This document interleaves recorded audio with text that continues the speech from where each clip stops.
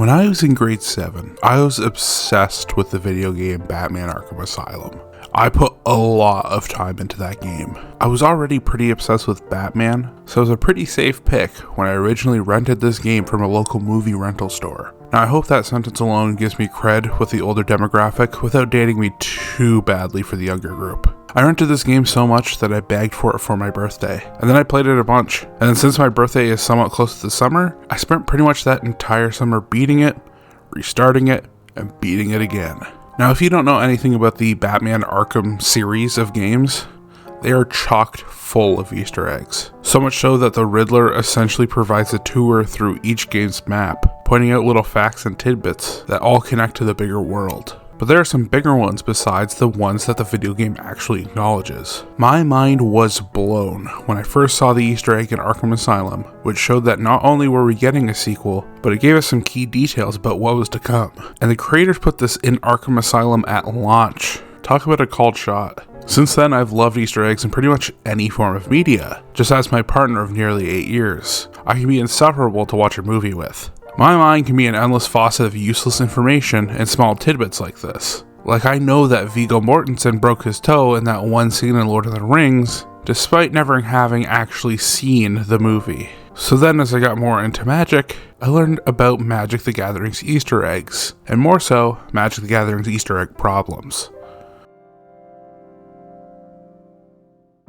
Hi, I'm Harrison, I run these here parts, and since I forgot my tripod about 2.5 hours away, I'm coming to you from the land of imagination, rather than actually in front of a camera. This video, like the only fun parts of the color pie, comes to us in 3 parts. Get bent, Simic. First I'm going to talk about some more Magic Easter eggs, then I'll talk about Vanity Cards, and then I'll leave you with my discussion around why Vanity Cards probably weren't a great idea in the first place. In a recent video, I talked about creature types in Magic the Gathering. Not just any creature types, these are the creature types that will never come back or would need a major miracle to come back. In that video, I talked about everyone's favorite purple hippo, Feldegriff. One of the reasons that Feldegriff will likely never come back is that it's a vanity card. Vanity cards are cards in Magic with real-life inspirations for either the art or the characters. This is kind of like a subsection of Easter eggs as a whole. Not all Easter egg cards are vanity cards, but all vanity cards are Easter eggs. Most Easter eggs that aren't part of the Vanity card list are artistic references. There are some iconic cards in Magic's history that they like making throwback references to from time to time. A popular one in the Magic community, whenever someone brings up Easter eggs on Magic cards, is the Cycle of Curses from Commander 2017. It's all the same dude, and he's even earned himself the nickname of the unluckiest Planeswalker. In 2021, Midnight Hunt released Commander decks with a new legend, Lind. Her art depicts her using a voodoo doll that is dressed up just like our old friend, the unluckiest Planeswalker.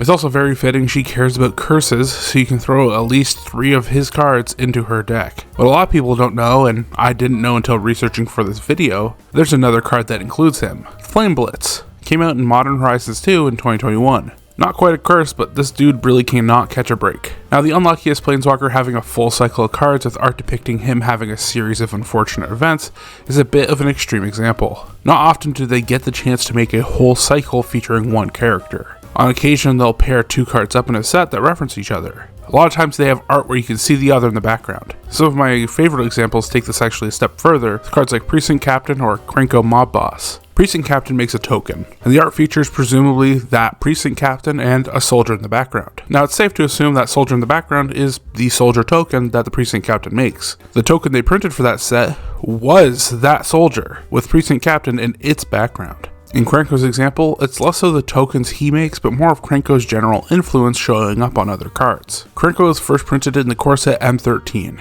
If you look really closely, you can see a couple of figures in the background. These figures are the focus of the card Krenko's Command. They're the same goblins. If you don't believe it, look at the architecture around the figures in the background of Krenko's card. You can see the same architecture laid out on Krenko's Command. Now these are some really fun cards, but let's take a step back. How does this tie to Feldegriff, and how is that even an Easter egg? Well, I mentioned that Feldegriff was originally made as a vanity card, which means that it's a reference or an Easter egg connected to something or someone outside of the actual card game. These were typically used for people who either worked on the game itself or those who have influenced the people who worked on the game. It's not the flying purple hippo itself that is a reference to something bigger, it's the name. If you rearrange the letters that spell out Feldegriff, you get Garfield PhD. This might not mean much to you originally, but this is actually a reference to the lasagna-eating Dr. Cat that invented the game of Magic the Gathering. Vanity cards were a popular thing that Magic did earlier on. Mark Rosewater, the head designer for Magic the Gathering for the past 20 years, has a podcast where he dives into a lot of creative topics in Magic the Gathering. In an episode he did on Vanity Cards, he says that almost all Vanity cards were made in the first 5 years of Magic, or they have a term that was made then and has since been reused. They are often done as a nod to someone who inspired the earlier Magic designers. So back to Richard Garfield, the creator of Magic the Gathering, he made a bunch. There are a handful of cards named after his friends and family members. If Biff Ifrit was named for Garfield's sister, Elizabeth. When he was a child, he couldn't pronounce Elizabeth. He instead called her If Biff. Elizabeth would eventually marry a man named Herman, who has the card Urnam Jin, named after him, in the form of an anagram. Anagrams are a very common technique they'd use to name something after someone, but obscured enough that it would fit into a fantasy setting. Garfield had 2 friends, Jamie and Wendy, who were getting married while Arabian Nights was in development, and for them, Majay Jin and Yedouin Ifrit were made. The Nevinyrral for Nevinyrral's disc was just one of Richard Garfield's favorite authors, Larry Nevin, of which he took inspiration for the disc itself. Rather than going the anagram route, they just wrote Larry Nevin backwards. Because this card was made before they changed the rule around Vanity cards, it can still be referenced by other things. So in 2020, they made Nevinyrral into an actual card, which kind of transitions into Mons Johnson. He was a friend of Richard Garfield, and he starts to blur the line whether the card was named after him because he was a friend of Richard Garfield's, or if the card was named after him because he just happened to be one of the earliest people to work on Magic the Gathering. If you're newer to Magic, you may recognize the card Pashalik Mons from Modern Horizons, or even Rulik Mons from our most recent visit to Dominaria. These are both throwback references to Mons Goblin Raiders, which comes from all the way back in Alpha. A similar mashup happens with Felden's Cane and Delif's Cone. These were 2 separate attempts to get Don Felice recognized on a card. Don Felice was one of the few people who worked on Magic in their very early days, when it was just some games some folks at the University of Pennsylvania played. Chris Page was another one of the University of Pennsylvania gang. He has one of the more head-scratching cards named after him, LeShark's Sigil. I'll give you a second to figure that one out. It's a couple more steps removed than just being an anagram. It's actually an anagram of his middle name. But none are quite as odd as Elliot Siegel. Siegel was another one of those early Magic playtesters from the University of Pennsylvania. He told his friends that he wanted a nickname similar to that of William the Refrigerator Perry, who was known for playing defensive tackle for the Chicago Bears, in the only season the Bears have actually looked impressive. His friends picked out the name Mr. Toilet. Joke's on them because Mr. Toilet was then anagrammatized into Tellem Tor, a legend from Mirage who has flanking and pumps up other creatures with flanking. He gets referenced on a bunch of other cards, but none of them are too noteworthy, and we haven't really seen any references to him since Visions. As other people started to design more and more for Magic, the newer designers started to put their own shoutouts into cards. Aladamri was named after Ema and Dale, the parents of the card's designer. The namesake for Adarkar, a former location on Dominaria that has been represented on a couple of cards, was just a designer's friend. Some cards were named after people who directly worked on the game. Rosewater mentions in his podcast that a series of tomes were named after Magic designers. JMD Tome was named after J. Michael Davis, JMD, or JMD. It was a trick they used to do where they'd take the person's initials and just spell it out. So we also have Embassy Tome, named after Michael S. Elliott, MSE or MSC. And then we also have JLM Tome, which is named after Joel L. Mick. They'd also go ahead and print JLM Grifter, where Joel actually modeled for the card art. Rhizorian Badger was named after Rias Hall, who had the affectionate nickname Anti-Badger. Pretty direct line there between world name and card name. Joven and the couple of cards that reference him are named after one of the designers for Homelands. It's actually his nickname. That set was his only official Magic designing credit, and I'm sure he wishes he could have that one back. But we haven't even gotten to the biggest Vanity card, or series of Vanity cards, I should say. I left the biggest for last. There are, at the time of recording, roughly 15 cards named after Mark Rosewater himself. He's been the head designer for so long, it was bound to happen eventually. He goes into detail in his podcast episode on Vanity Cards as to why the first card was even named after him, or where the name Morrow even came from. The original Morrow creature was a random green rare designed by Mark Rosewater that didn't have a name. Nowadays, Morrow is commonly used as a nickname for Magic's head designer, but that wasn't always the story. In the emailing system used by Magic the Gathering at the time, you could type in specific letters and it would fill the rest of someone's name in as long as that string of letters was unique to that person. So an email shared within the company, if someone had to quickhand refer to a card and mention that Mark Rosewater made the card, they'd type Morrow. So they decided they'd use that name for the Vanity card. So then the idea of Morrow soon became synonymous with an elemental force of nature, a manifestation of the land on Dominaria. So now the term Morrow has shown up on a handful of cards on Dominaria that have a strong attachment to green. Then there was also a cycle of cards from original Kamigawa that would use Morrow almost as a suffix. Since these were all legendary creatures, they have since had more cards reference them.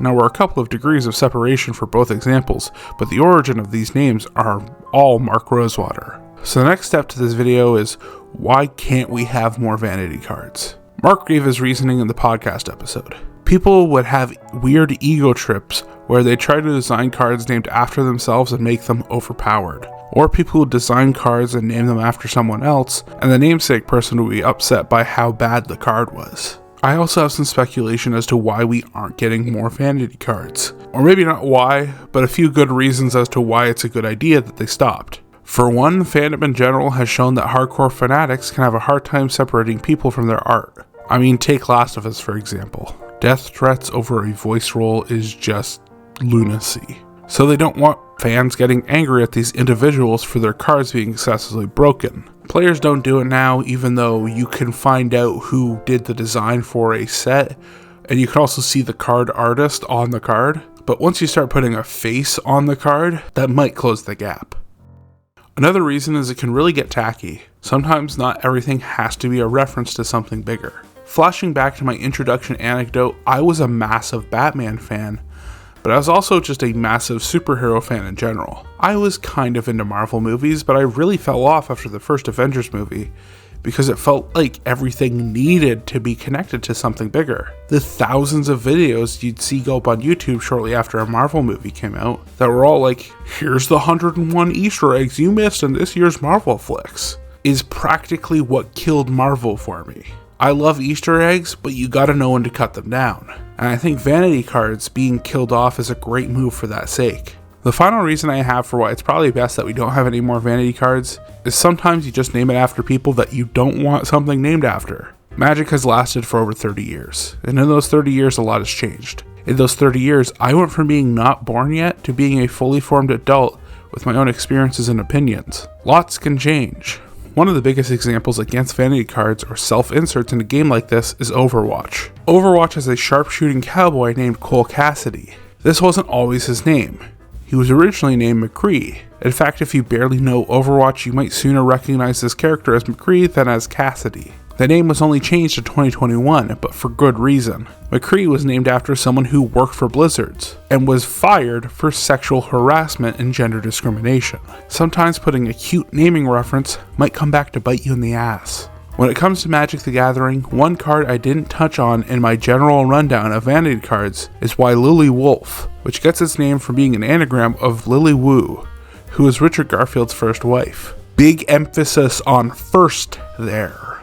I don't know how the relationship is between these two people nowadays. Like, honestly, we don't know these people's lives. Tons of people get divorced but totally still love each other and remain friends, and or at the very least tolerate each other afterwards. But I imagine since Richard Garfield has since remarried, this is just another example of why Vanity cards can prove themselves to be bad ideas. So Vanity cards are a thing of the past. Mark Rosewater denotes Richard Garfield PhD from Unhinged as the last Vanity card, or at least the last of that era. This card was made with a special permission because it was actually made after the rules change happened, but it was seen as a nice note to sign off on. We still get the occasional reference to an older card in Magic, and sometimes that original was a Vanity card, but since all of those cards came out in the first 5 years of Magic, a lot of the times it only comes out when we're revisiting Dominaria. But even now, we still get the odd Vanity card, except it's a little different. In the era of Vanity cards, there was this tournament called the Magic Invitational Tournament. It was a really big Magic tournament that one of the prizes was that you got to design a card.